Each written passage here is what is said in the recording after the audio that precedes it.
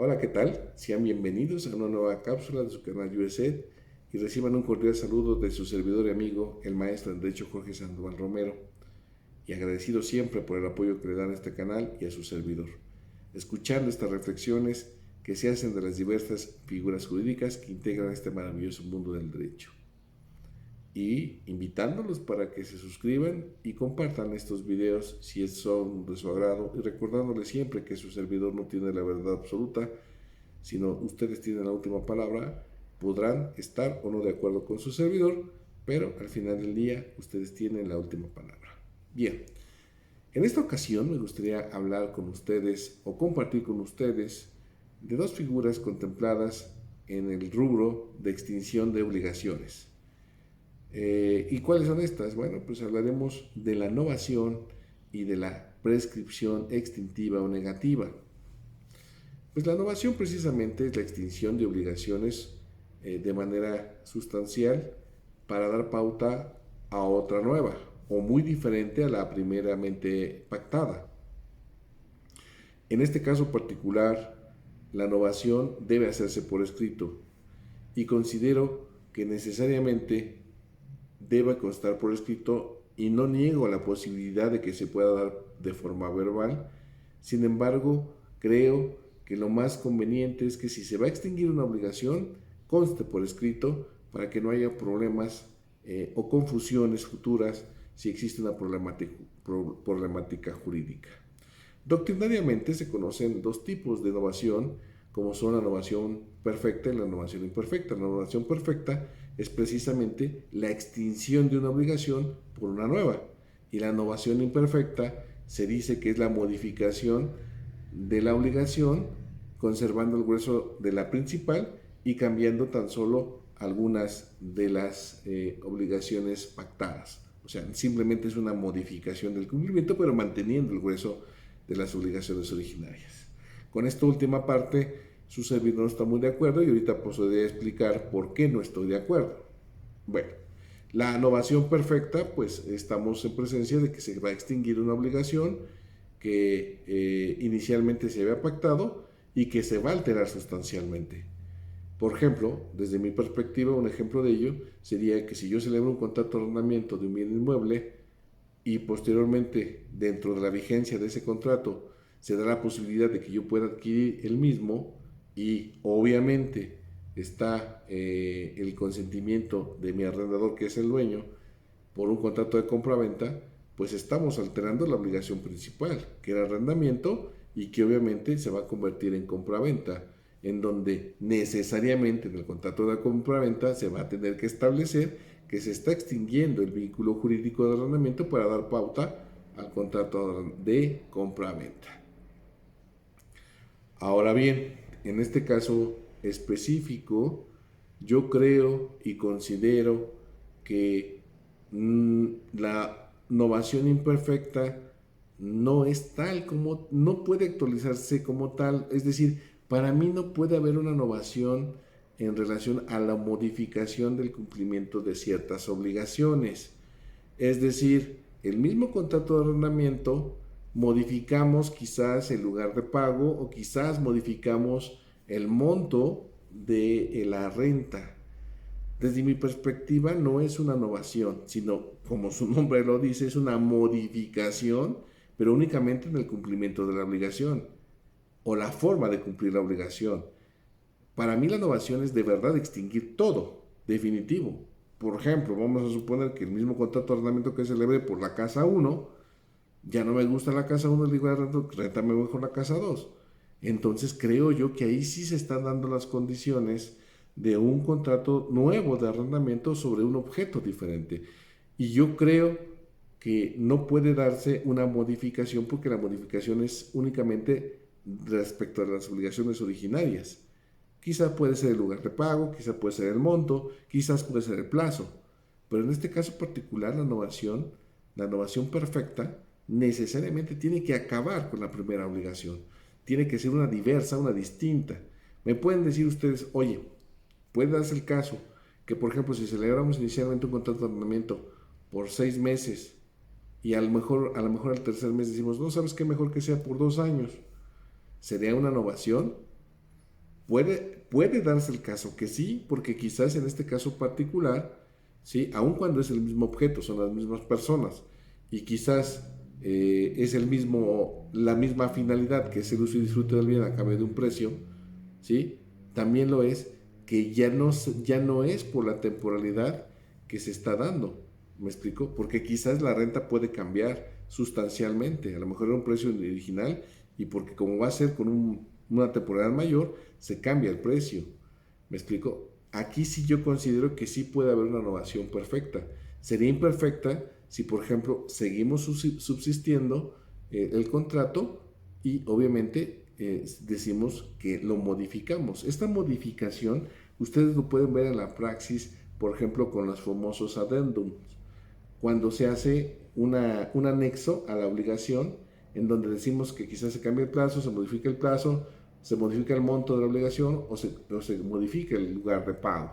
Considero que para mí eso no es una innovación, sino simple y llanamente es una modificación en el cumplimiento de las obligaciones principales. ¿Me explico? Pero para que sea definitivamente una innovación, debe extinguirse la primera. Ya no puede existir. ¿Me explico? Y también, en un momento dado, por ejemplo, si se hace la nulidad de la innovación, subsiste la obligación principal. ¿Me explico? Y si se hace también en un momento dado la nulidad de las cuestiones accesorias, recuerden que subsiste la obligación principal. Es decir, que si la nulidad se hace de la obligación nueva, subsiste la obligación principal. No podemos decir que al pedirse la nulidad de la obligación novada, va a implicar la obligación de la extinción primigenia. ¿Me explico? Y esto también así lo contempla el código. Y por lo tanto, considero que la innovación no puede ser confundida, y esto reitero, es una opinión personal, no puede ser confundida con la modificación. Se debe extinguir totalmente la obligación principal, mas no modificar el cumplimiento de esas obligaciones. Por ejemplo, también puede darse un ejemplo de innovación a través de una cesión de deuda. Por ejemplo, estamos cambiando a la persona. Y en este caso particular tenemos que tener la aceptación del acreedor. Me pueden decir, oye, es una figura diferente. Sí, pero sustancialmente estamos cambiando a la persona que debe cumplir con la obligación. Y obviamente tuvo que dar consentimiento del acreedor. Ahí yo sí estaría de acuerdo que sería una innovación imperfecta. Sé que me van a decir, oye, estamos hablando de dos instituciones diversas. Sí, de acuerdo. Pero date cuenta que ya no es lo mismo la relación de AB con la relación AC. ¿Me explico? Puede ser, y estamos hablando quizás de la misma obligación de pago, pero ya no estamos hablando del mismo obligado. Es una persona diferente. Y sabemos que las obligaciones son, en un momento dado, conocidas por quienes participan en el acto jurídico. Sin embargo, cuando yo decido cambiar el deudor con la aceptación del actor, cambia necesariamente el cumplimiento de las obligaciones. ¿Podrán estar de acuerdo conmigo o no? Considero que esa puede ser también otro ejemplo. Bien, ahora bien pasamos a lo que es la prescripción extintiva o negativa.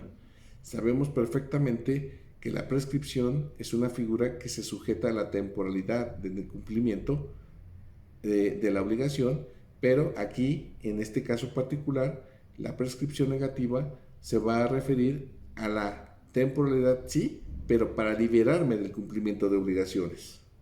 Y lo único que va a prescribir son todas aquellas obligaciones que están dentro del comercio. En el caso específico del Estado de México, la prescripción del cumplimiento de las obligaciones en términos genéricos se da en 5 años.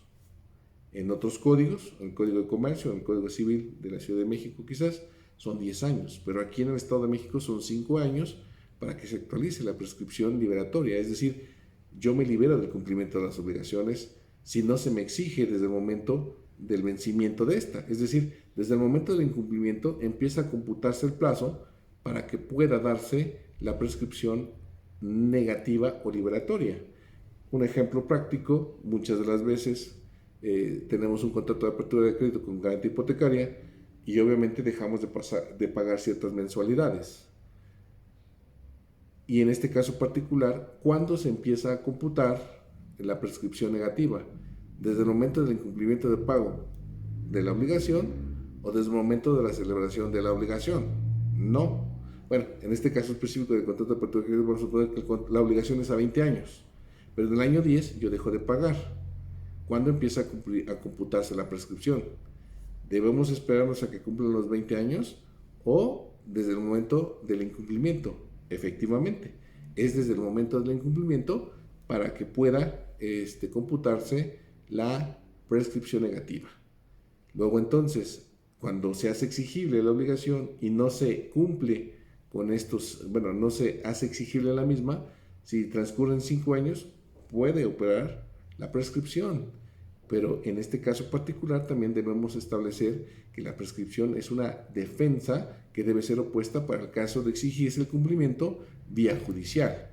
Si no se me exige, por ejemplo, la obligación, yo también puedo demandar la prescripción negativa vía controversia de mi acreedor para que se me libere del cumplimiento.